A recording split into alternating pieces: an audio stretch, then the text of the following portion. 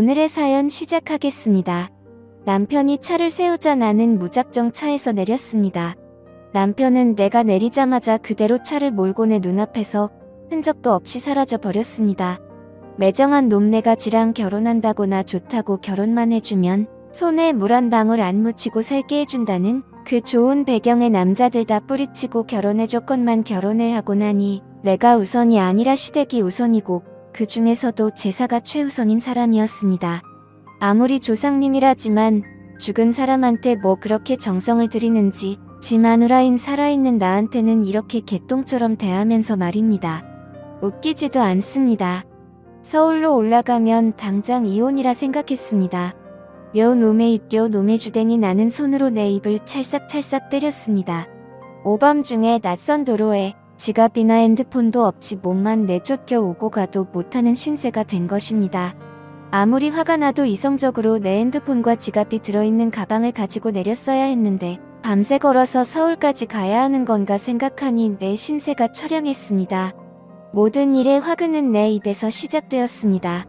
그냥 입 닫고 조용히 갔으면 지금쯤은 집에서 편하게 발 닫고 잠이나 자고 있을 텐데 속이 부글부글 끓어도 끝까지 참았어야 했는데 남편이란 작자가 어떤 사람인지 모르는 것도 아니고 한두 번 당한 것도 아닌데 나는 오늘도 홧김에 성질대로 하다가 남편의 복수에 제대로 당했습니다. 밤이 늦어 도로에 운행하는 차도 없고 길눈이 어두워 여기가 어디쯤인지 얼마나 더 가야 집에 도착할 수 있는지도 모르는 상황에서 남편 욕밖에 안 나왔습니다. 나쁜 놈이 가란다고 진짜 가냐? 싶더군요. 한참을 걷다가 지쳐 길가에 앉아있던 나는 멀리서 반짝이는 불빛을 보고 히치하이킹을 해야겠다고 생각하고는 벌떡 일어났습니다. 10톤 트럭이었습니다. 평소 저런 큰 트럭도 한번 타보고 싶긴 했는데 이런 식으로 타고 싶은 건 아니긴 했는데 그러나 찬밥 더운 밥가릴 처지가 아니었습니다. 설까 싶었지만 간절한 마음으로 머리 위로 손을 들어 마구 흔들었습니다. 그러나 그 차는 나를 그냥 쌩 지나쳐갔고 이런 나쁜 놈아 너도 내 남편이랑 똑같은 놈이다. 저는 트럭에다 대고 고래고래 소리를 질렀습니다. 띡 저만 취해서 트럭이 멈춰 섰습니다. 설마 나를 태워준다는 건가? 저는 냅다 뛰어 트럭으로 가 차문을 열고 조수석으로 올라탔습니다. 고맙습니다. 아까 뭐라고 하는 것 같던데 뭐라고 한 거예요? 아하, 아닙니다. 혹시 어디로 가세요? 나는 서울 양천구로 가는데 어디로 가셔? 그럼 가는 길에 저 강남 가는 길 위에 좀 내려주실 수 있을까요? 뭐 서울 들어가면 내려줄 테니 거기서 날아서 가셔. 네, 정말 감사합니다. 근데 핸드폰 지갑 하나도 없어서 돈도 좀 빌려주실 수 있으세요? 뭐 이렇게 없는 게 많고 해달라는 게 많아. 배고프니 밥도 사달라고 하지 그래? 사실 춥고 배도 고프긴 한데 히터 먼저 좀 틀어주실 수 있을까요? 참난 밤새 달려야 해서 히터 틀면 졸려서 곤란한데. 전 밖에서 한참 떨었더니 애처로운 눈길로 쳐다보자 트럭 운전사는 그럼 히터 틀고 길가에 한잠 자고 가야겠네. 안 그래도 나도 졸리던 참이었는데. 그렇게 우리는 도로가에 있는 졸음 쉼터에서 트럭을 세우고 트럭 안에서 눈을 감고 잠을 청했습니다. 저는 기분이 싱숭생숭했습니다.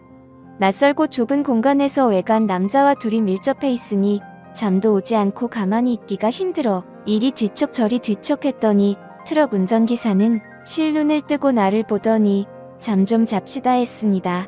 잠이 안 와요. 왜요? 외간 남자랑 있으니 긴장돼서 그런가 봐요. 털끝 하나 손도 안 댈 테니 걱정 마쇼. 그게 더 기분 나빠요. 내가 매력이 없나 싶고. 참차 태워줘 돈도 줘 히터 틀어줘. 이제는 그래 너 이쁘다 얘기까지 해줘야 돼? 이런 대책 없는 사람은 또 처음일세. 또 뭐가 더 필요한지 얘기해봐요. 드러나 봅시다. 그럼 이렇게 해주세요. 트럭 운전기사에게 나는 원하는 걸 얘기했고 기사는 이 여자가 진짜인가 싶어 한참을 생각하는 눈치더니 그럼 넓은 뒷자리로 건너가서 합시다. 새벽녘이 밝아올 때쯤 트럭 안은 히터 덕분인지 내 몸에서 열이 나는 건지 더 이상 춥지 않고 사우나 같이 후끈했습니다. 우리 배고픈데 밥 먹으러 가요. 밥 사달라는 말을 아주 자연스럽게 하네 그려. 호호 나는 웃으며 트럭 운전기사의 팔짱을 끼고 휴게소에 들어갔습니다. 휴게소 식당에 마주 앉아 순댓국을 먹으며 트럭 운전기사가 물었습니다. 무슨 일이 있었길래 오밤중에 도로에 있었던 거예요? 실은 어제 시댁제사 다녀오는 길에 남편하고 싸우고 화내며 내렸어요. 그 나쁜 놈은 그냥 가버리고.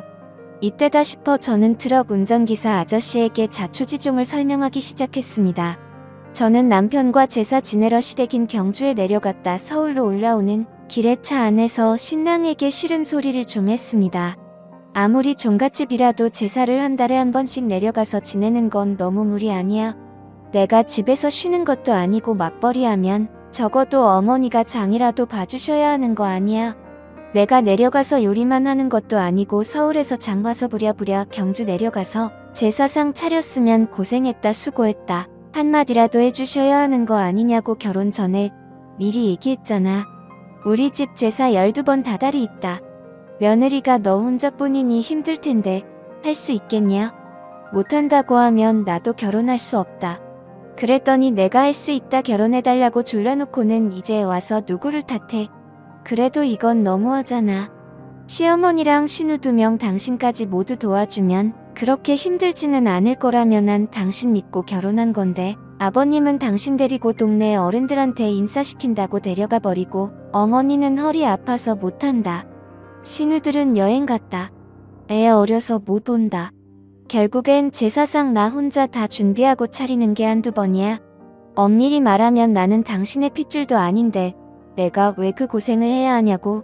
나 식모로 부려먹으려고 결혼한 거야? 그래서 고생 많을 거라고.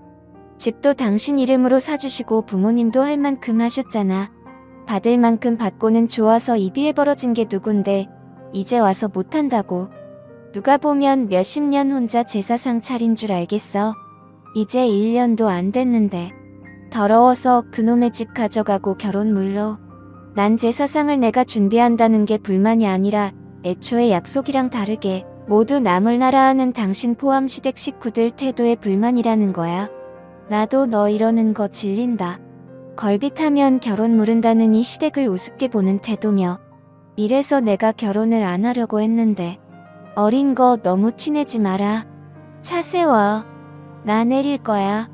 자초지정을 다 들은 트럭 기사는 무슨 말을 하려다가 입을 꾹 다물었습니다.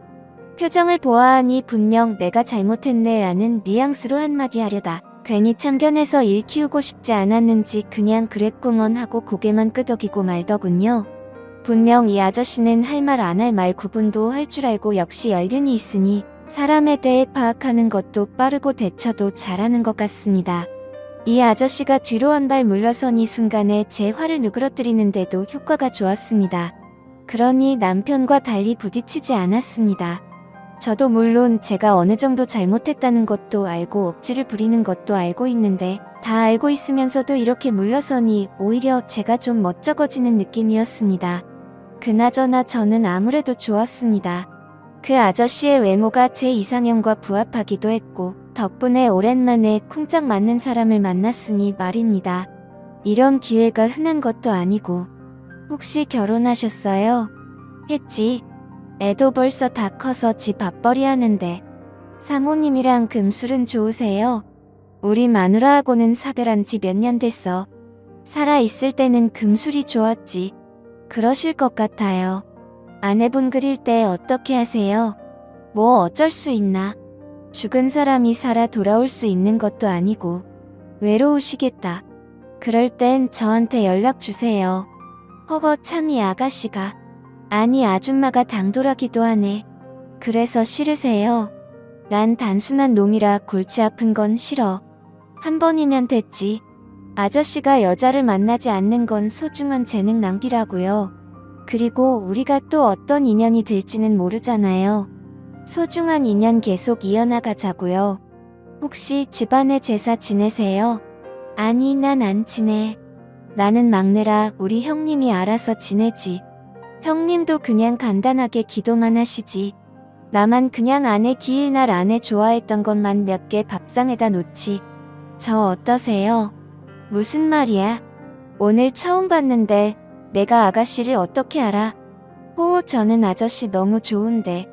이대로 헤어지기는 너무 아쉬운데 여기 앞에 있는 전화번호로 연락드리면 되죠? 전화 드릴게요. 자주 만나요, 우리. 트럭에 타고 기사가 시동을 걸고 출발하려고 하자 저는 기사의 손을 잡으며 밥을 먹어서 졸린데 조금만 더 쉬었다 가요. 라고 말했고 트럭은 졸음 쉼터에서 한참을 서 있다 지나가는 차량이 많아지자 그제야 서울로 출발했습니다. 서울로 출발하는 트럭에서 저는 곤히 단잠에 빠져들었습니다. 그 이후로도 저는 제사 때문에 남편과 여전히 티격태격하고 있고 그럴 때마다 트럭 운전기사 아저씨한테 신사한탄을 늘어놓으며 만남을 이어오고 있습니다. 남편과는 몇십 년이 지나야 서로 맞춰가고 서로의 의견이 수그러질 것 같은데 그때까지 결혼 생활을 유지할 수 있을지 모르겠어요. 저한테는 오히려 나이 차이가 좀 나면서 배려심 많고 적극적으로 챙겨주는 운전기사 아저씨가 딱이라는 생각도 들고 있고 하루라도 빨리 마음을 정하고 정착을 해야 할 텐데 결정을 내리기 쉽지 않네요. 제가 남은 생을 행복하게 살아가려면 어떤 선택이 현명할까요? 사연을 들어주셔서 감사합니다.